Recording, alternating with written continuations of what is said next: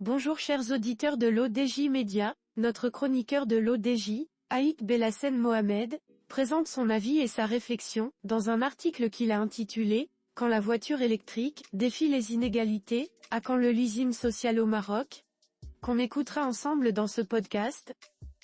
L'auteur débute son article de la manière suivante. Dans un monde où la transition écologique redéfinit notre manière de vivre, la France fait un pas de géant, le leasing social de voitures électriques à seulement 100 € par mois, une initiative où l'État prend en charge l'apport initial. Un modèle économique révolutionnaire, qui soulève une question pertinente pour les Marocains, quand une telle initiative verra-t-elle le jour au Maroc ? Notre ingénieur commence par expliquer au début de son article. 12 000 € de prime pour une voiture électrique en France, rien au Maroc. C'est le montant faramineux auquel ont à présent droit nos voisins français dans le cadre d'un achat de voitures électriques. Le président Macron a annoncé, dans son plan de relance de l'industrie automobile, que la prime pour un véhicule électrique passait à 7 000 € pour le particulier et 5 000 pour les sociétés. À ce montant maximum, si le prix du véhicule est inférieur à 45 000 €, peut s'ajouter la prime à la conversion d'une vieille voiture polluante.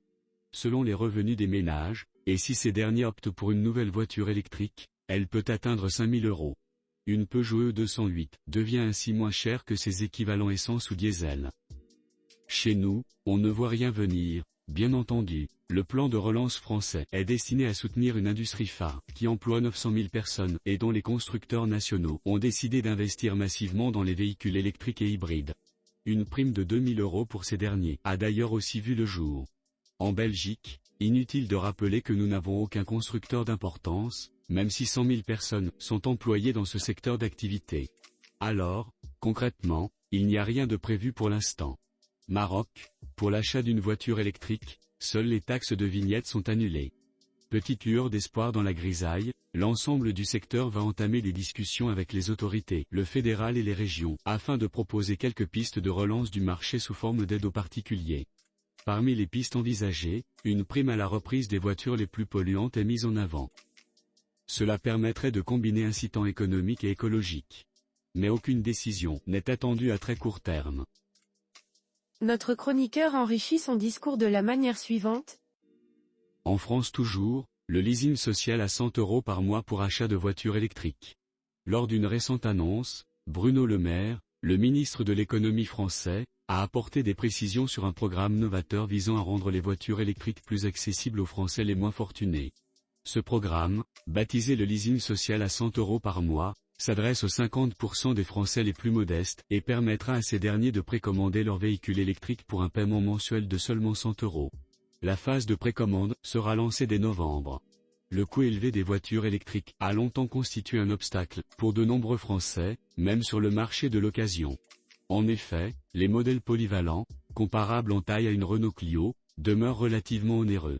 Cette disparité financière contrecarre les efforts du gouvernement visant à moderniser le parc automobile en faveur de véhicules plus écologiques. L'inflation et les coûts prohibitifs des véhicules électriques compliquent encore davantage la tâche pour les automobilistes aux revenus plus modestes. Dans ce contexte, le gouvernement a élaboré un dispositif d'aide destiné à rendre la voiture électrique accessible à ces ménages défavorisés. L'objectif est ambitieux, proposer une voiture électrique pour seulement 100 € par mois. Lors de la journée de la filière auto, Bruno Le Maire a été convié à présenter cette initiative. Cependant, le discours du ministre a suscité des interrogations en raison d'une déclaration inhabituelle. Il a en effet affirmé que les constructeurs devront offrir une voiture électrique à 100 € par mois.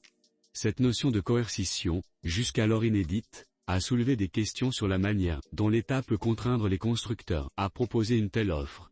Il reste à savoir s'il s'agit d'une erreur de langage ou d'une mesure délibérée. L'ouverture des précommandes pour ces véhicules électriques à 100 € par mois, assurance non incluse, un point essentiel à préciser, débutera dans quelques jours en novembre sur un site web dédié. Les premières livraisons sont prévues pour le début de l'année 2024. Cette offre s'adresse aux 50% de Français les moins aisés, sous réserve de conditions de revenus. Bruno Le Maire a également souligné que les constructeurs ne sont pas limités à cette somme, laissant la porte ouverte à des offres encore plus abordables, sous réserve de la faisabilité. Il est important de noter que cette offre de leasing ne requiert aucun apport initial, le premier loyer étant couvert par l'État. Cette mesure est indéniablement une démarche subventionniste, mais elle intervient alors que l'Europe examine actuellement les subventions chinoises dans le secteur automobile. Monsieur Aït Belhacem Mohamed approfondit sa réflexion de la manière suivante. En Belgique, la Flandre réinstaure une « grosse » prime pour l'achat d'une voiture électrique. La région flamande octroiera à nouveau de belles primes pour l'achat d'une voiture électrique neuve ou d'occasion. En revanche, elle supprime l'aide aux panneaux solaires. Le gouvernement flamand a décidé d'instaurer une prime pour ceux qui achèteront une voiture électrique dans les années à venir. La prime s'appliquera à une trentaine de modèles coûtant moins de 40 000 €, TVA comprise. La prime pour l'achat d'une voiture neuve sera de 5 000 € en 2024, et descendra à 4 000 € en 2025 et à 3 000 € en 2026. Pour l'acquisition d'une voiture d'occasion, la prime sera de 3 000 € en 2024, de 2 500 € en 2025 et de 2 000 € en 2026. Actuellement, on dénombre 25 modèles de voitures électriques vendus à moins de 40 000 € sur le marché belge. Le subside a pour objectif d'inciter les personnes ne disposant pas d'une voiture de société à passer au véhicule électrique. Actuellement, moins d'une voiture électrique sur 10 est vendue à des particuliers. Outre les particuliers, les ASBL et les opérateurs de mobilité partagée pourront demander la prime. La dégressivité des aides vise à anticiper la future évolution du marché. Les prix des voitures zéro émission baisseront dès que le marché de l'occasion se développera, explique Lydia Peters, OpenVLD, la ministre flamande de la mobilité. Pour éviter les fraudes, les bénéficiaires d'une prime ne sont pas autorisés à revendre leur véhicule dans les 3 ans. L'auteur poursuit son article ainsi. À quand le leasing social au Maroc? 1. Le vent du changement, l'impact positif du leasing social. Le leasing social promet de démocratiser l'accès à la mobilité verte. En France, ce système permet aux ménages à revenus modestes d'accéder à des véhicules non polluants, contribuant ainsi à réduire l'empreinte carbone et à promouvoir l'inclusion sociale. C'est un pas vers un avenir où la technologie verte n'est pas un luxe, mais une norme accessible, affirme l'économiste Élodie Brun. 2. Des défis persistants, la critique du modèle. Cependant, le leasing social n'est pas sans critique. Les experts pointent du doigt la dépendance accrue aux subventions étatiques et la viabilité à long terme de ces programmes. De plus, ils mettent en garde contre une possible saturation du marché, avec des infrastructures de recharge encore insuffisantes. Adopter une voiture électrique n'est pas seulement une question de coûts initiaux, mais aussi de logistique et d'infrastructure, souligne le critique automobile Rachid El-Kabchi. 3. L'insolite dans l'équation, dans ce contexte, des histoires émergent, comme celle d'une vieille dame en Provence, qui a troqué son vieux diesel pour une électrique, devenant une sensation locale. Ou encore, l'essor des électriques car parties en banlieue parisienne, où les gens célèbrent leurs nouvelles acquisitions écologiques. Ces anecdotes montrent un changement culturel, ajoutant une touche d'humanité à la transition écologique. 4. L'autre côté de la médaille, dans l'ombre, des théories du complot circulent. Certaines voix s'élèvent contre ce qu'elles perçoivent comme une manipulation écologique, arguant que ces initiatives servent des intérêts corporatistes cachés ou sont un moyen de contrôler davantage les citoyens sous le prétexte de l'écologie. Ces théories, bien que sans fondement, reflètent une méfiance envers le changement rapide. Projection sur le futur, le leasing social de voitures électriques ouvre des horizons nouveaux dans la lutte contre le changement climatique et l'exclusion sociale. Malgré les obstacles et les critiques, l'opportunité de créer un futur plus vert et plus inclusif est palpable. Pour les pays comme le Maroc, l'adaptation de modèles similaires pourrait catalyser une révolution environnementale, sociale et économique, où la mobilité durable devient la norme et non l'exception. L'auteur termine son article en ces termes.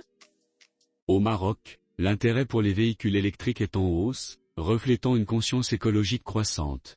Cependant, les initiatives comme le leasing social restent absentes, malgré l'urgence climatique et la pollution urbaine. L'introduction de programmes similaires pourrait transformer le secteur des transports, stimuler l'économie verte et améliorer la qualité de vie, marquant ainsi un tournant dans la politique environnementale marocaine. Leasing social, voitures électriques, transition écologique, mobilité verte, politique environnementale, subventions étatiques, inclusion sociale, infrastructures de recharge, modèle économique, changement climatique.